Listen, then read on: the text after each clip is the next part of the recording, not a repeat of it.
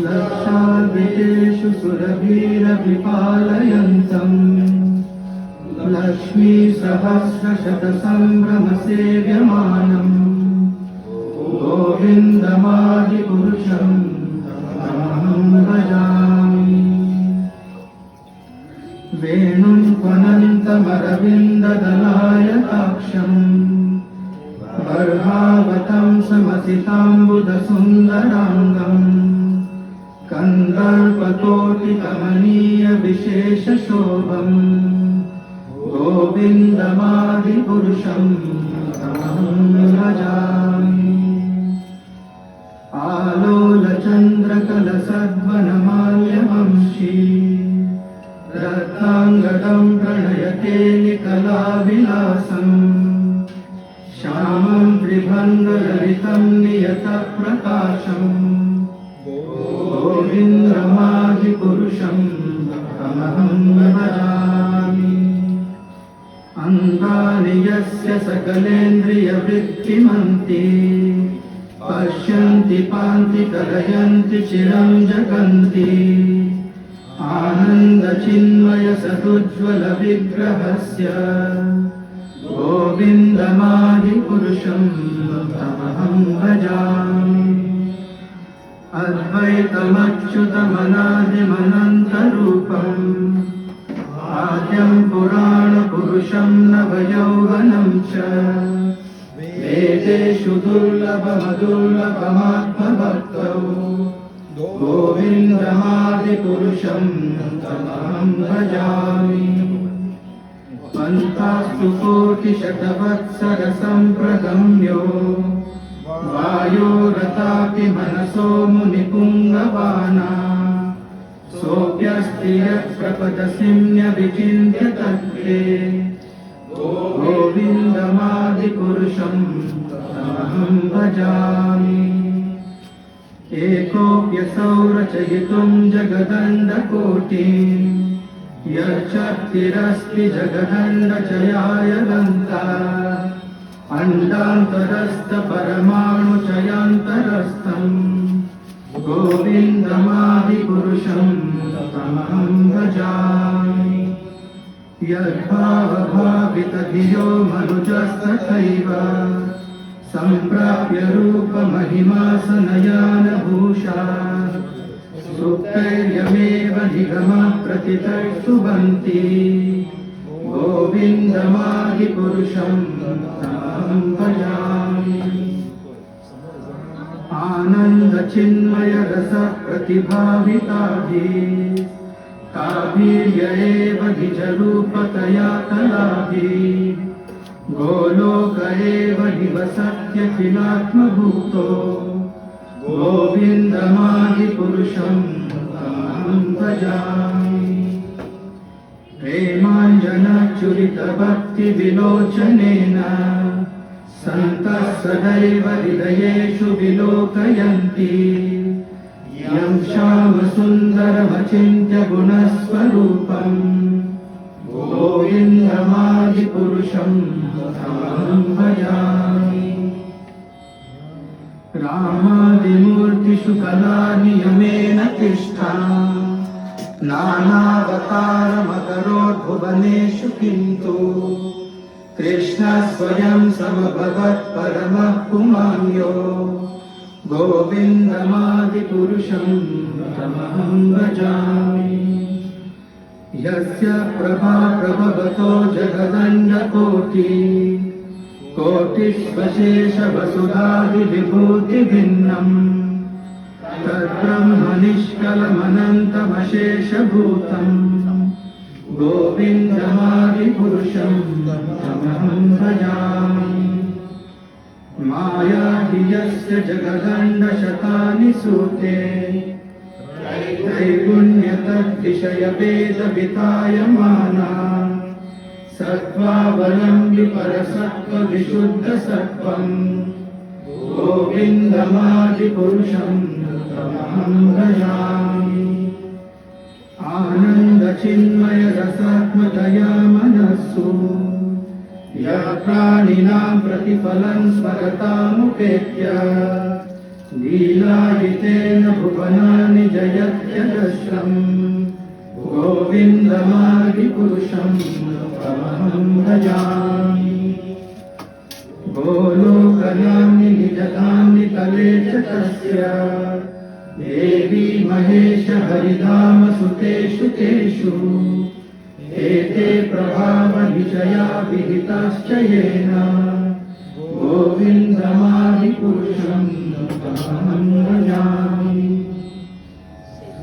सृष्टिस्थिति प्रलय साधन शक्तिरेका छायेव यस्य भुवनानि बिभर्ति दुर्गा इच्छानुरूपमपि यस्य च चेष्टते सा गोविन्दमादिपुरुषं तमहं भजामि क्षीरं यथा दधिविकारविशेषयोगा सञ्जायते न हि तथा पृथगस्ति हेतोः यशम्भुतामपि तथा समुपैति कार्यात् गोविन्दमादिपुरुषं तमहं भजामि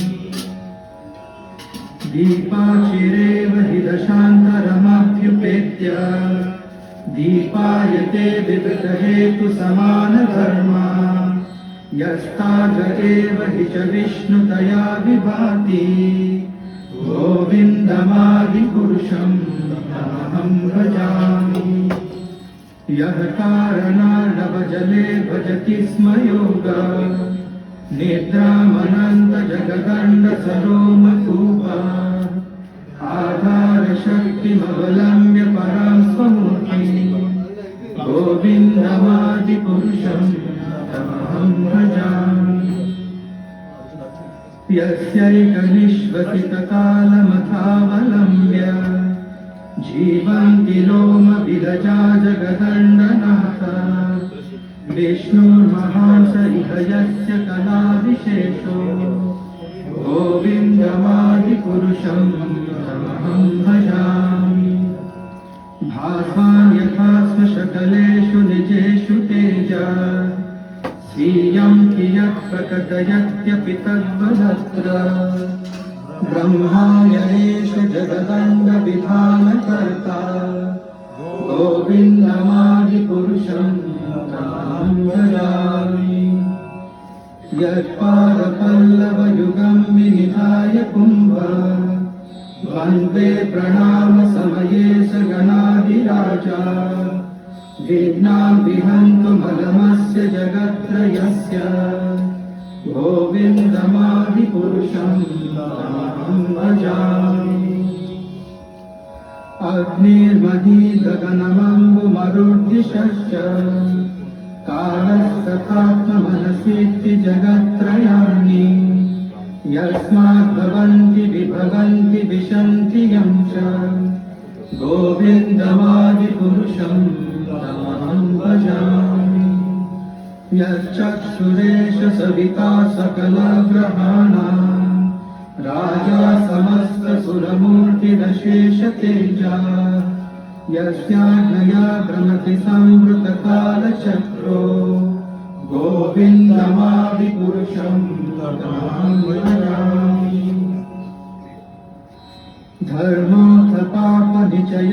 धर्मोऽर्थपापनिचयश्रुतयस्तपांसि ब्रह्मादिगीतपटगावधयश्च जीवा यद्दत्तमात्रविभवः प्रकटप्रभावा गोविन्दमादिपुरुषं तमहं भजामि यस्मिन्द्रगोपमथवेन्द्रमहोस्वकर्मा बन्धानुरूपफलभाजनमातनोति कर्माणि निर्दहति किन्तु शपथि भाजा गोविन्दमादिपुरुषं तमहं भजामि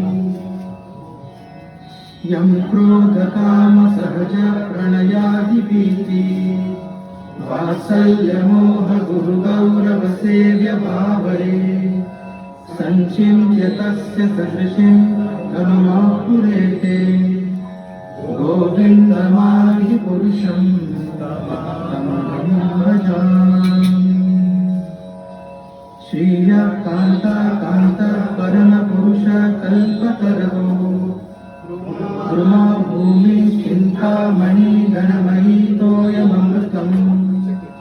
तथा गानं नाट्यं गमनमपि वंशी प्रियसखी चिदानन्दं ज्योतिः परमपि तदास्वाद्यमपि च स यत्र क्षीराब्धि श्रवति सुरभिभ्यश्च सुमहान् निमेषार्धाभ्यो वा व्रजति न हि यत्रापि समयात् भजे श्वेतद्वीपं तमहमिह गोलोकमिति यम् विदन्तस्ते सन्तः क्षितिविरलचारा कतिपये।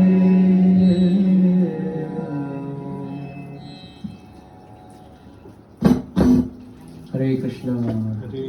Jai Shri Prabhupada ki. All glories to their lordships. Let's continue chanting the holy names of the Lord, and please continue to take darshan of this most beautiful and most auspicious Abhishek.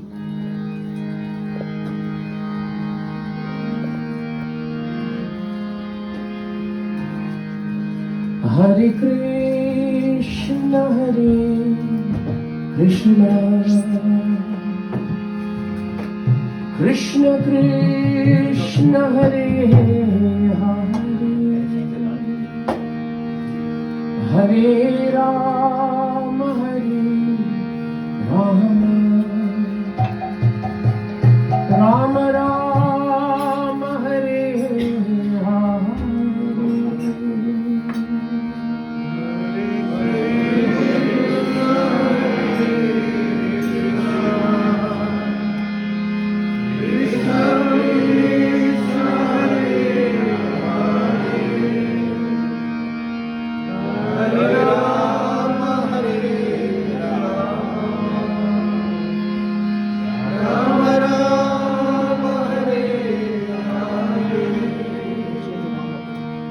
Hare Krishna, Hare Krishna, Krishna Krishna, Hare Hare, Hare Rama.